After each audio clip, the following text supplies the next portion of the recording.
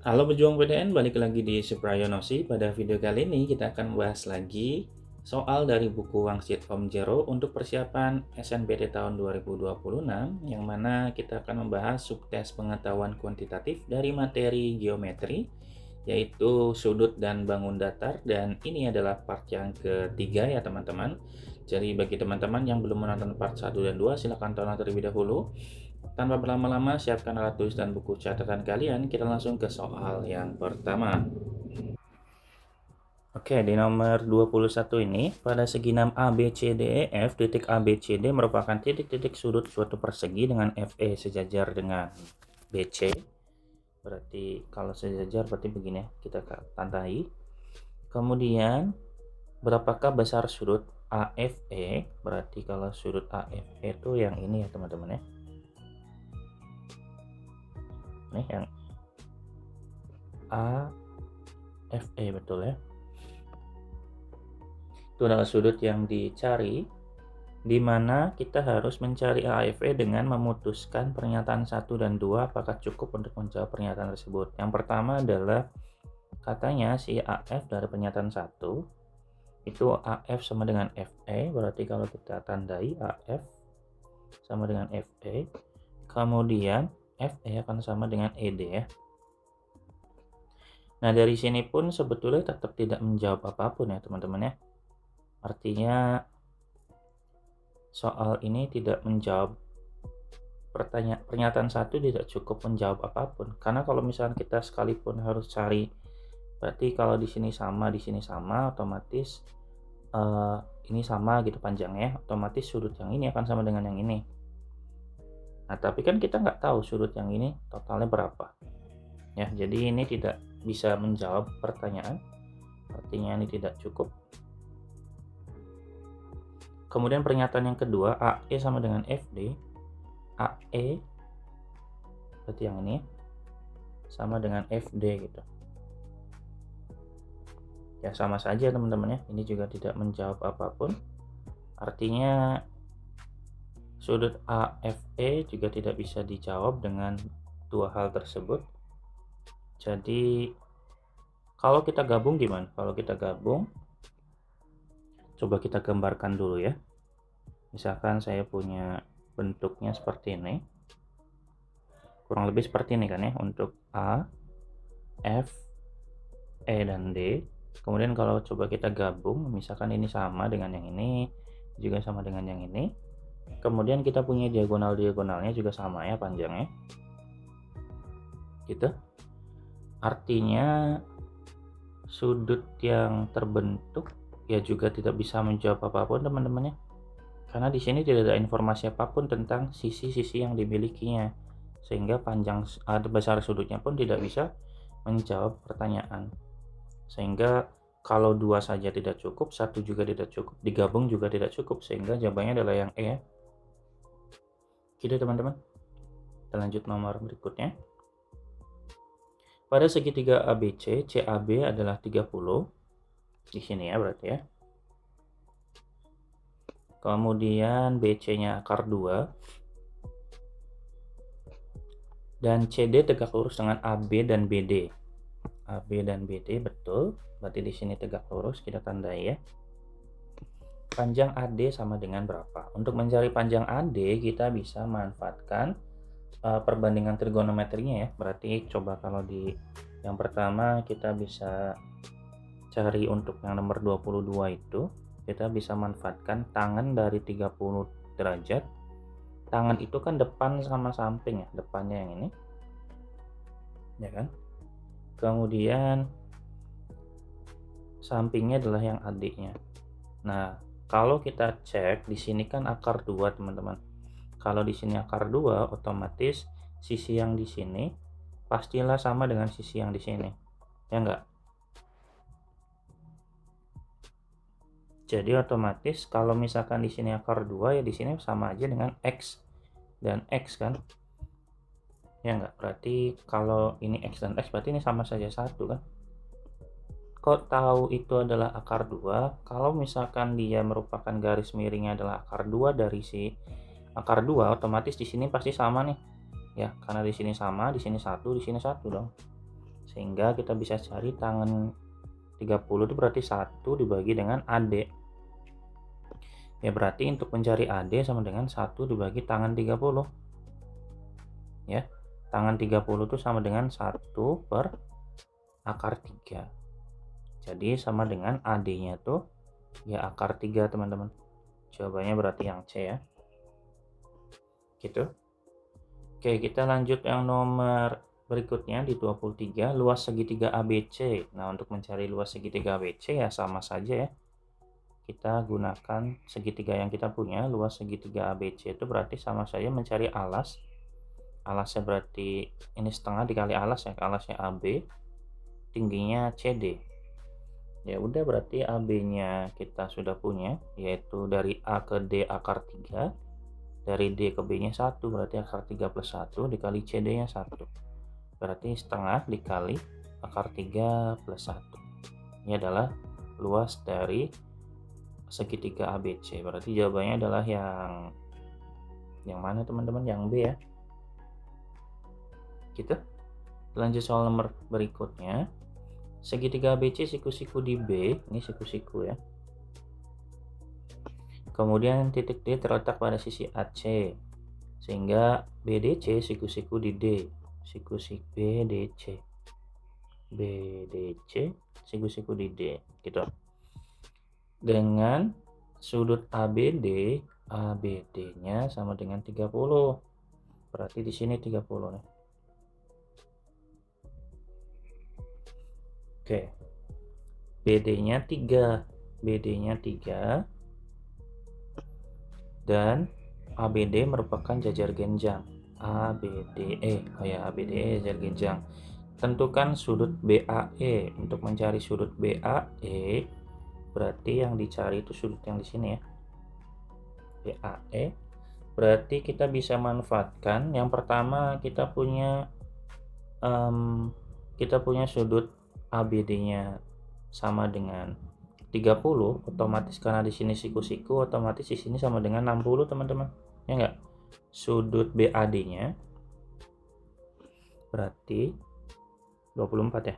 Sudut BAD itu sama dengan 180 kurangi 90 dikurangi 30 ya. Berarti ini sama dengan 180 dikurangi 120 ya, otomatis 60 teman-teman. Ya, aman ya. Oke, karena di situ 60, kemudian kita bisa cari sudut BAE-nya. Untuk mencari sudut BAE, itu kita bisa jumlahkan sudut BAD dengan DAE. Ya enggak? Karena kan dia siku-siku pasti sini. Ya kan? Otomatis kalau di sini siku-siku dan sudut yang ininya 60, di sini 60, maka otomatis BAE-nya sama dengan siku-siku itu 90 ditambah 60, maka nilainya sama dengan 150.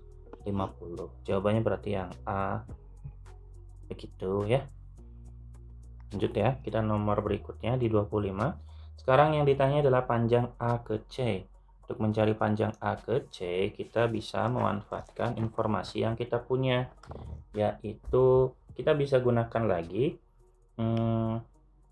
tangan lagi ya. Untuk kita bisa gunakan tangannya. Kita gambar dulu deh biar kita nggak usah lihat soal yang ada di atas. Kita coba gambar ulang. Bentar ya. Oke, kurang lebih begini. Di siku-siku di sini, siku di situ. Kemudian kita tarik ke sini. Oke, di siku-siku di situ. Oke ya, kita lanjut. Berarti A, di sini B, di sini C, di sini D, di sini E. Oke, di sini panjang AC. Untuk mencari panjang AC berarti kita butuh panjang dari sini ke sini kan ya. Otomatis kita butuh, kita tahu kan bahwa di sudut yang ada di atas, yaitu di BDA, sudut yang ada di sini kan 30 ya. Di sini panjangnya 3. Otomatis kita bisa cari tangan 30 derajat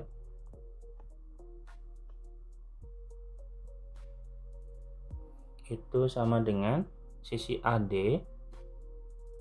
depan dibagi dengan samping kan ya, AD dibagi BD.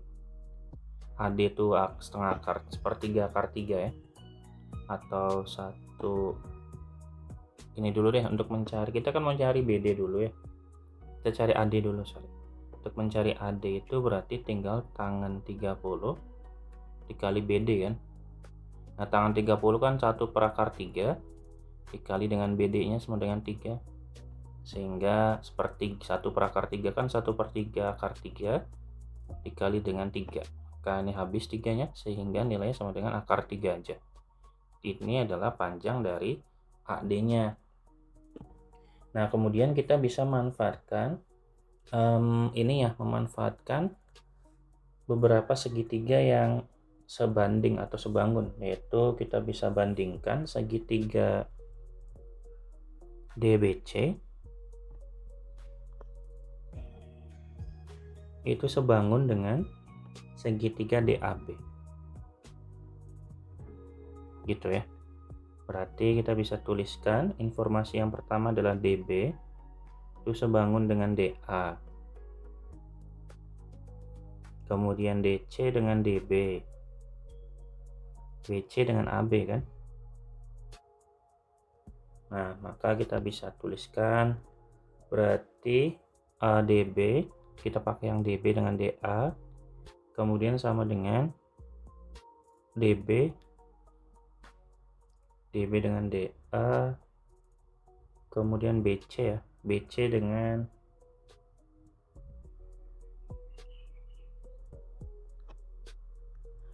dan DC sama DB. Nah, di sininya sama-sama ada DB, maka kita kalikan ya, DB kuadrat. Kemudian di sini DA dikali DC. DA-nya kita tidak tahu, tapi kita tahu bahwa DB itu, DA itu sama dengan akar 3, DC yang belum ada ya. DC udah ada belum sih? DC itu D ke C. D ke C itu, D ke C juga belum ada teman-teman. D ke C belum ada. Oh, yang sudah ada itu DB-nya ya. DB-nya ini 3, berarti ini 9. Sehingga 3 pangkat 2 kan 9 maksudnya. Sehingga DC-nya sama dengan 9 per akar 3. Atau kalau kita tuliskan secara rasional, jadi nanti 9 per 3 akar 3 kan. Jadinya sama dengan 3 akar 3. Itu adalah DC-nya. Ini DC-nya. Sehingga kalau ditanyakan adalah AC-nya, AC itu kan berarti AD ditambah dengan DC ya. AD-nya akar 3, DC-nya 3 akar 3, sehingga jadinya 4 akar 3. Berarti jawabannya adalah yang C ya. Oke, bisa dipahami teman-teman ya. Kita lanjut nomor 26. Di nomor 26 ini kita langsung tulis di sini aja ya. 26 itu dia merupakan jajar genjang ABDE, berarti yang ini nih ya. Karena dia jajar genjang, otomatis untuk mencari luasnya kita butuh alas dan tingginya aja. Alas kali tinggi. Untuk tingginya pasti udah ada, yaitu A ke D kan tinggi ya. Tingginya. Maka kita bisa tulis alat tingginya itu AD. Kemudian kita cari alasnya. Panjang alasnya itu kita bisa dapatkan dari panjang dari B ke D, ini alasnya ya. Nah, itu alasnya sama dengan BD. Sehingga kalau kita tuliskan BD-nya sama dengan 3 dan AD-nya sama dengan akar 3. Sehingga jawabannya adalah yang D ya. Tadi jawabannya ini yang C. Gitu teman-teman ya, kita lanjut soal berikutnya.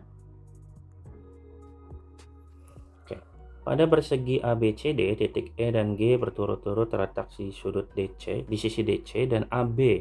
Sehingga AE sejajar GC dan AE-nya sama dengan 4. Sudut AGD-nya, AGD ini 30. Sini ya berarti 30. Kemudian garis DG dan GC. Garis DG dan GC, jika E sama dengan 4, G berpotongan tegak lurus. DG dan AC, DG AC tegak lurus. DG AE maksudnya. Berarti yang ini ya, tegak lurus sini. Ini juga tegak lurus.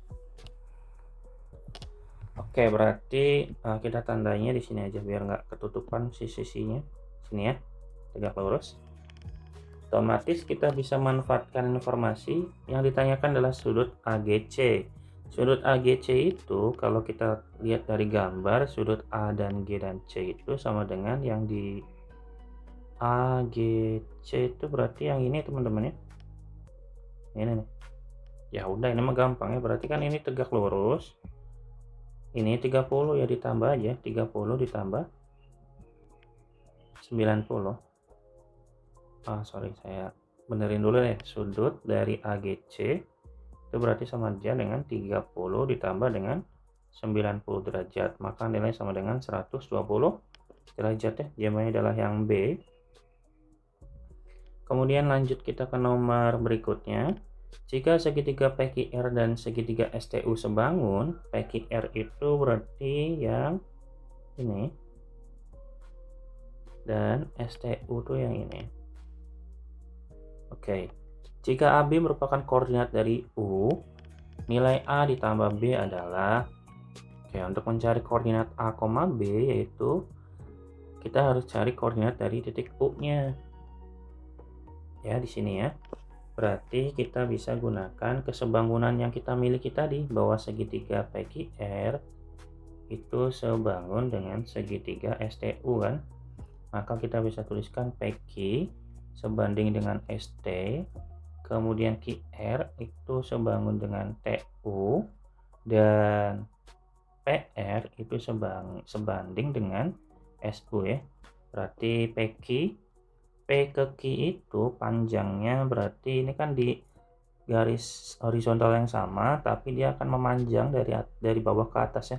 Dari -2 ke 1 itu berarti 3 PQ-nya. Kemudian dari S ke T itu dia geser ke kanan ya.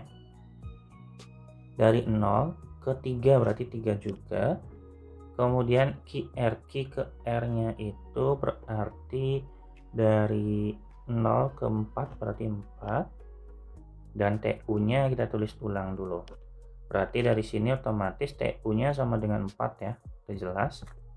Oke, kemudian bahwa panjang dari T ke U-nya itu sama dengan 4, maka kita bisa cari titik dari T-nya dulu. Titik T itu ada di 0,-1 ya.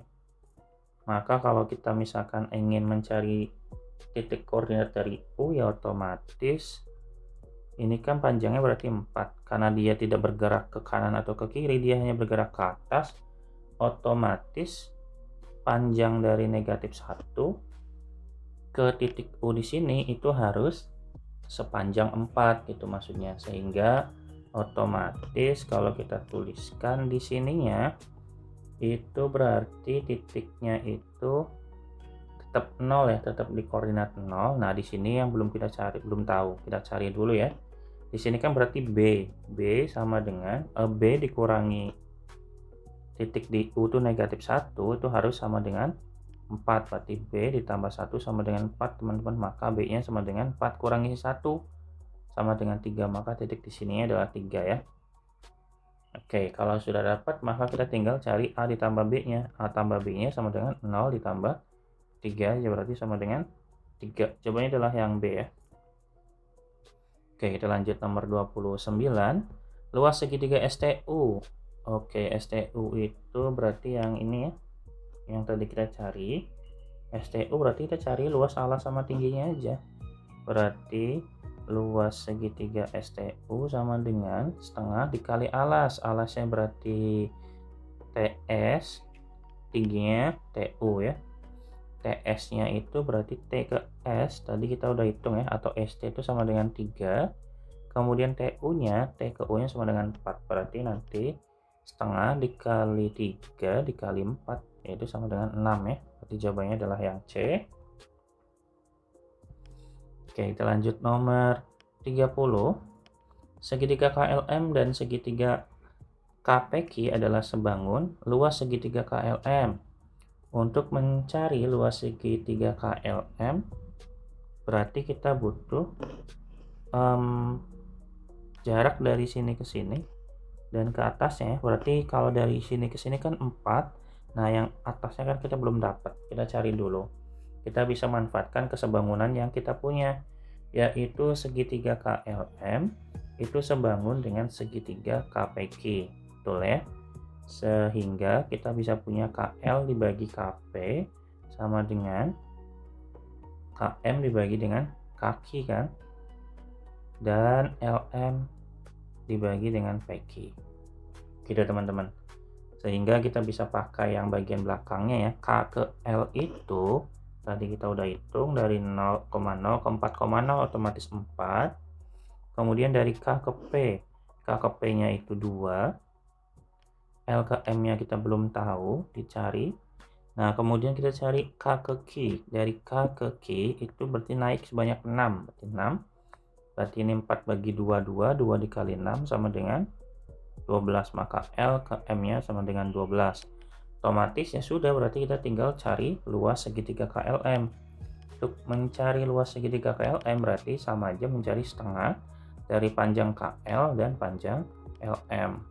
Setengah dikali KL nya sama dengan 4 dan LM nya sama dengan 12, sehingga kita bisa punya 12 dikali 4 itu sama dengan 48 dibagi dengan 2 ya, sama dengan 24. Berarti jawabannya adalah yang C ya teman-teman ya. Baik teman-teman, mungkin itu dulu ya yang dapat disampaikan untuk video part yang ketiga. Silahkan ditunggu untuk part keempatnya. Terima kasih sudah menonton sampai akhir. Semoga apa yang saya lakukan ini bermanfaat buat teman-teman. Dan berikan feedback positif dengan like, subscribe, dan komen juga bahwa apa yang saya lakukan ini membantu teman-temannya. Sampai jumpa di video berikutnya dan dadah.